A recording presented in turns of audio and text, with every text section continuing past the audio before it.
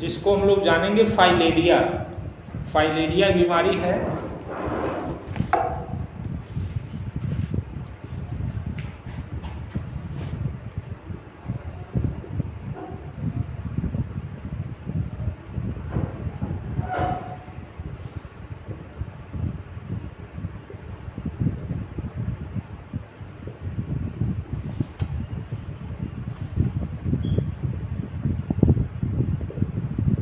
इसमें चूंकि ज्यादा उद्देश्य होता है इस चैनल का पढ़ाने का कि हम लोग ज्यादातर आपको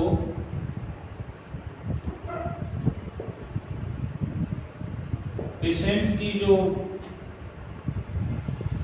दवाई है वो कैसे लिखी जाती है और कैसे दी जाती है, ये सिखाने का उद्देश्य है। इसलिए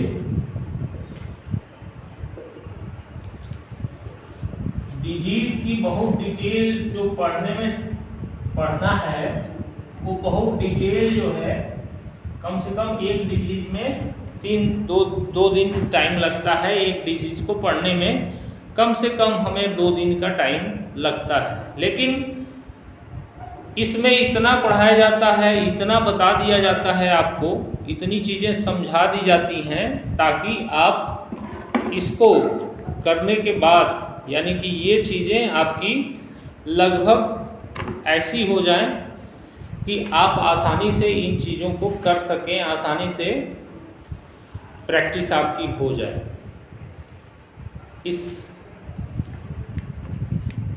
क्योंकि डिजीज का अपना एक डिटेल होता है हर एक डिजीज का। इसमें खास करके इलेक्ट्रो होम्योपैथी पे ही हम चर्चा करते हैं, इसलिए डिजीज को जितना बताना होता है उतना विशेष रूप से बताते हैं और समझाते हैं। तो ये पहला क्या होता है कि हम जब फाइलेरिया का ट्रीटमेंट करने जाते हैं इलेक्ट्रोहोम्योपैथी में, तो फर्स्ट ये होता है कि इसका सिम्टम्स क्या होता है, लक्षण क्या होता है। तो इसमें जो है शुरुआती जो लक्षण होता है इस रोगी का प्रायः कंपन के साथ आता है। जिस अंग में जो है इसमें होता क्या है कि अंग विशेष की जो लसिका वाहिनियां होती हैं उनमें क्या हो जाता है, अवरोध हो जाता है। लसिका वाहिनियों में अवरोध पैदा हो जाता है, इसी को हम क्या बोलते हैं, फाइलेरिया बोलते हैं। और ये अवरोध हो जाने से क्या होता है कि उनमें शोथ कड़ा हो जाना, यानी कि इसमें सिम्टम्स पहला जब शुरुआत होगा तो बुखार जरूर होगा, बुखार, ठीक। लसिका वाहिनियों में अवरोध, वाहिनियों में अवरोध के कारण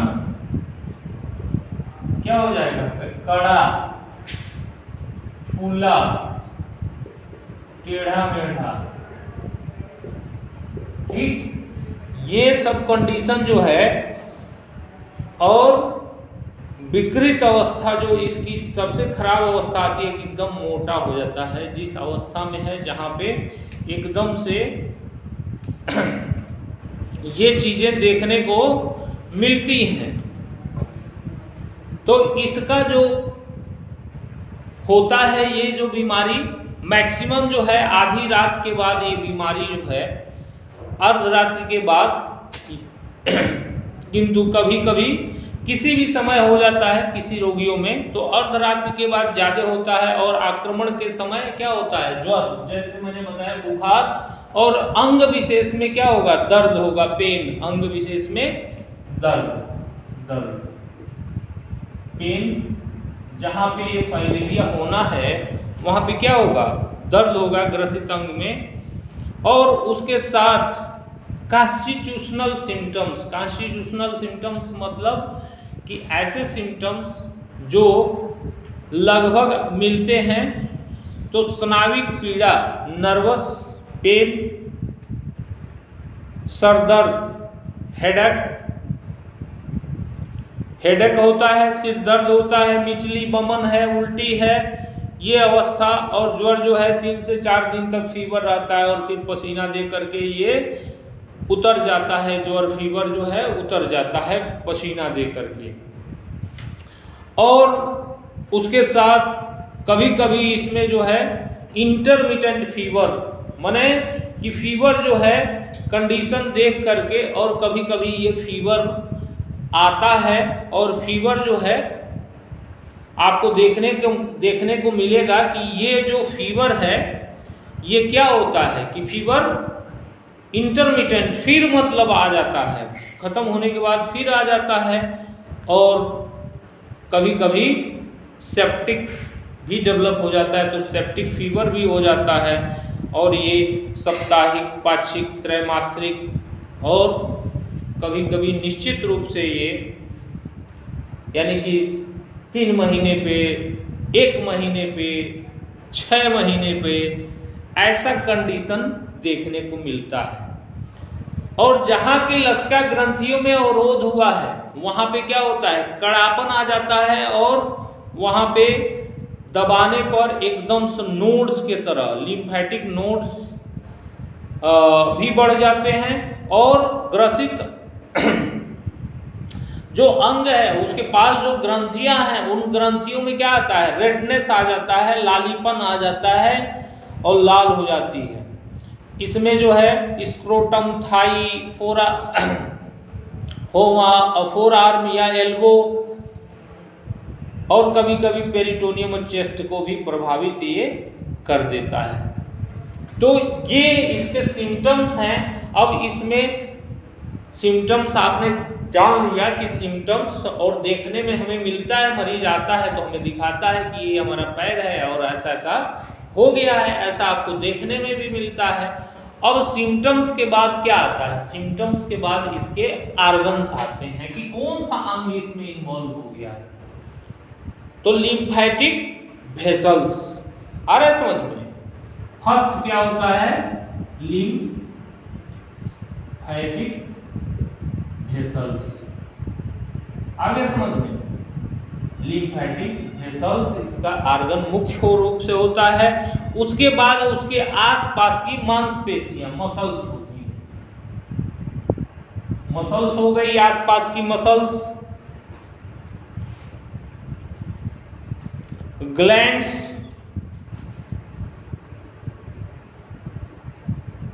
लिम्फ नोड,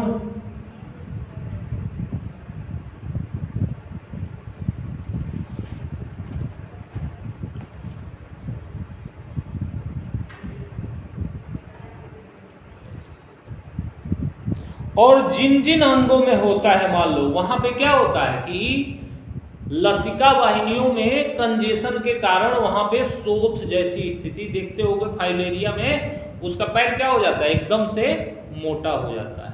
तो क्या होता है वहां पे लिम्फ वेसल्स जो है वो अवरुद्ध हो चुका है। अवरुद्ध होने के कारण वहां पे स्वेलिंग यानी कि शोथ, ओडिमा वहां डेवलप हो जाता है, एकदम से मोटापन वहां पे हो जाता है। और ये चीजें देखने को हमें मिलती हैं कि चीजें जो है हमें देखने को मिलती है कि वहां पे शोथ जो है, शोथ की कंडीशन जो है वहां पे देखने को मिलता है। अब जो है इसके शोथ के कारण मोबिलिटी में भी दिक्कत आती है, और बहुत सारे सिम्टम्स जो हैं देखने को मिलते हैं। लेकिन मेन करके खास करके जब हम इसको सिलेक्शन ऑफ रेमेडी सिखा रहे हैं तो इसमें और बहुत सारे सिम्टम्स आते हैं।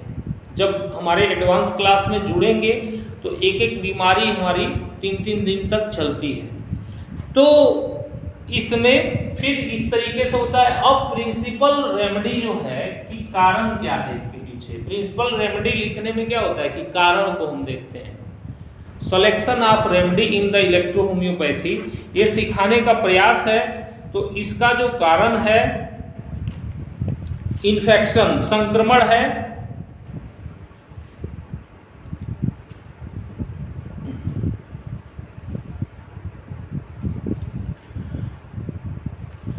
यानी कि एक प्रकार का वायुचेरिया बैंक्रोफ्टी नामक मच्छर के द्वारा ये होता है। और ये माइक्रोफाइलेरिया जो जीवाणु होता है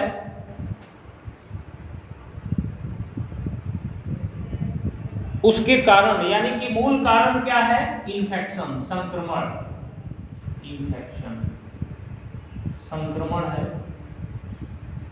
इसमें मेन कारण आपको देखने में मिलता है क्या? संक्रमण मुख्य कारण है इसके पीछे।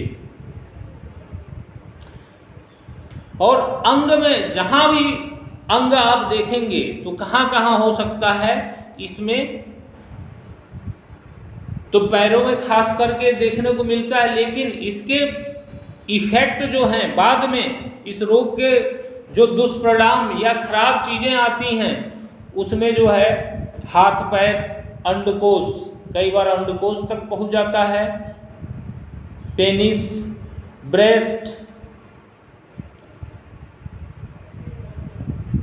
अंडकोश या हाइड्रोशीट, या इसमें भी कई बार इतनी शोथ हो जाती है इसके कारण कि काफ़ी चीज़ें दिक्कत होती हैं। तो उसी हिसाब से आर्गन्स जो हैं सिलेक्शन आप जब रेमेडी करते हैं तो जहाँ तक कोई बीमारी पहुँची है फिर उसी तरह हम आर्गन इसको पहुँचती है और आर्गन जो है हम लोग इसको देखते हैं और जानते हैं कि उस अंग में ये बीमारी पहुँचती है। तो मूल कारण क्या है? इन्फेक्शन है, संक्रमण है, या जो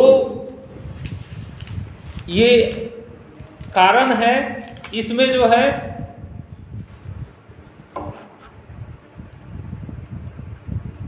जो फाइलेरिया के जीवाणु हैं, अब ये ऐसे तर ज्यादा लोग जो तालाब या गंदे पानी के झरने, नंगे पैर कीचड़ में, माने बहुत गंदे पानी में जमाव,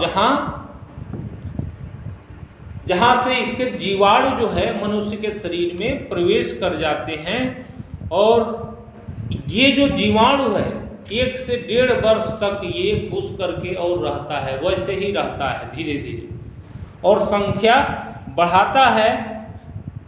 जब 1.5-2 इंची इसकी लंबाई हो जाती है, 1.5-2 इंची इसकी, ठीक, फिर ये रस्सी की तरह ये जीवाणु क्या करता है? लसिका वाहिनियों को अवरुद्ध कर देता है इसका जीवाणु, समझ गए? कि एकदम रस्सी की तरह अवरुद्ध कर देता है और इसका जीवाणु शरीर में प्रवेश करता है और 1.5-2 वर्षों तक ऐसे रहता है। लेकिन धीरे धीरे जब 1.5-2 इंची का होता है तो ये क्या करता है कि जीवाणु आपस में रस्सी की तरह लिपट जाते हैं और लसिका वाहिनी को क्या करते हैं? अवरुद्ध कर देते हैं। लसिका वाहिनियाँ एकदम से अवरुद्ध हो जाती हैं इसके कारण, और लसिका वाहिनी जो है अवरुद्ध हो जाती है। लसिका वाहिनी जो है वो अवरुद्ध हो जाती है और ये चीजें हमें देखने को मिलती है कि लसिका वाहिनियां जो हैं ये अवरुद्ध हो गई हैं और बिना अवरुद्धता के ऐसा कोई लक्षण उत्पन्न नहीं करता है, लेकिन अवरुद्ध कर दिया तो लक्षण उत्पन्न हो गया। तो इस तरीके से अब ट्रीटमेंट कैसे करेंगे? तो इसमें फर्स्ट होता है, मैंने बताया है आपको कि फर्स्ट क्या है, जब ट्रीटमेंट करेंगे तो सिम्प्टोमेटिक रेमेडी, जैसा मैंने लिखा सिम्प्टोमेटिक रेमेडी आपकी, तो इसमें क्या आती है? एक्सटर्नल आती है और इंटरनल, यानी रोगी हमारे पास आया है तो मैनेजमेंट में हम एक्सटर्नल और फिर इंटरनल जो लक्षण लेके हमारे पास, जैसे फीवर आ गया, दर्द हो रहा है, फूल गया है, टेढ़ा मेढ़ा हो गया है, तो इसमें क्या है?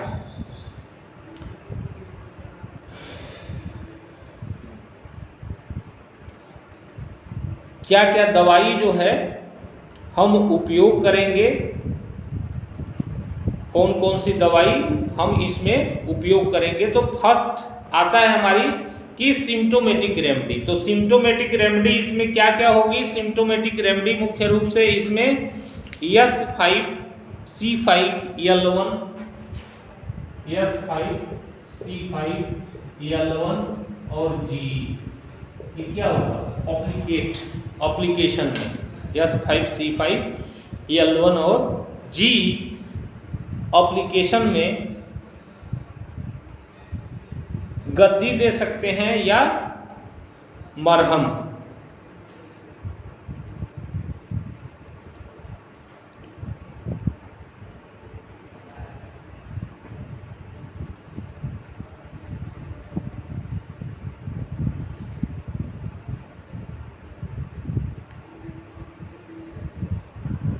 आगे समझ में, उसके बाद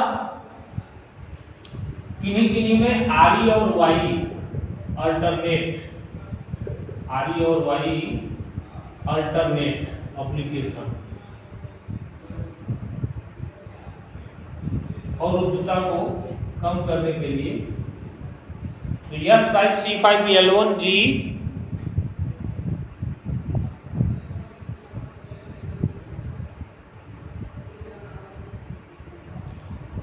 अब इसकी चिकित्सा जो है कैसे करेंगे, तो ऑर्गेनिक रेमेडी क्या क्या होगी, तो फर्स्ट ऑफ ऑल वहां शोथ हुआ है तो C2A2, ठीक,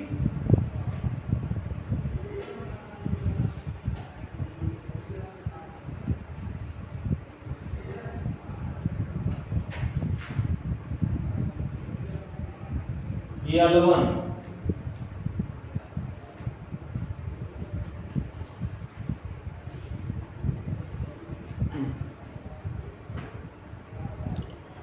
अब इसमें कारण के आधार पे आपका S1 या S2, कॉन्स्टिट्यूशन के आधार पे हम S1 या S2, फिर यहाँ पे भरवन आ गया संक्रमण के कारण, मान लो ये क्या है फीवर है, इसके साथ बुखार है तो S10 F1 आ रहा समझ में, फीवर में S10 F1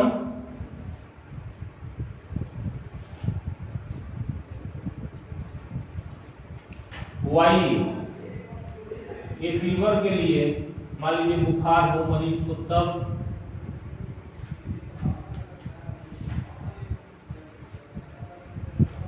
आगे समझ में, तो इसमें जो है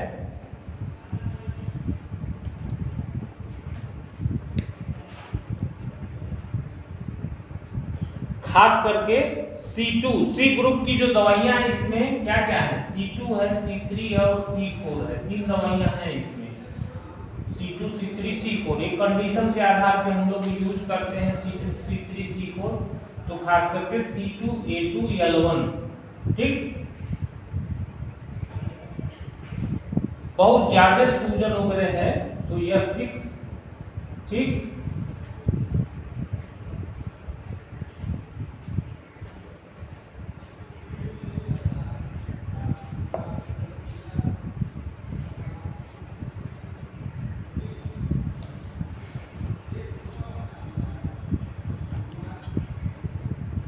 इस हिसाब से हम औषधियों का प्रयोग जो है इस फाइलेरिया के केस में हम लोग करते हैं कि लगाने के लिए अल्टरनेट इंटरनल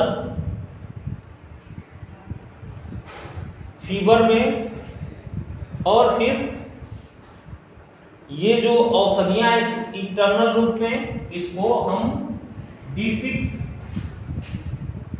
ये D4 में इन औषधियों को चलाते हैं, इन औषधियों को चलाने का प्रयास करते हैं।